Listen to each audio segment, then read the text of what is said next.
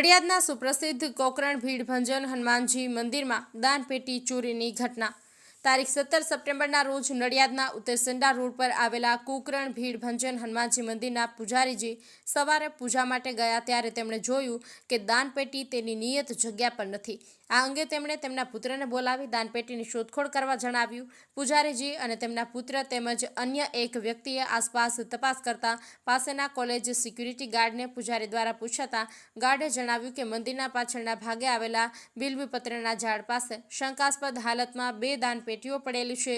પૂજારીના પુત્રએ ત્યાં જઈને દાનપેટીઓ શોધી કાઢી હતી। પૂજારીજીના જણાવ્યા અનુસાર દાનપેટીઓ લગભગ 3 મહિનાથી ખોલવામાં આવી ન હતી અને તેમાં અંદાજે 15,000 થી 20,000 રૂપિયા હોવાનું અનુમાન છે। આ ઘટના 17 સપ્ટેમ્બર 2025ની રાત્રે 2 વાગ્યાથી 3 વાગ્યાની વચ્ચે બની હોવાનું પૂજારી દ્વારા અનુમાન લગાવવામાં આવ્યું છે। આ બાબતે નડિયાદ પોલીસને જાણ કરતા તેમના દ્વારા પોલીસ તપાસ શરૂ કરવામાં આવી છે। આશિષ મહેતા, નડિયાદ।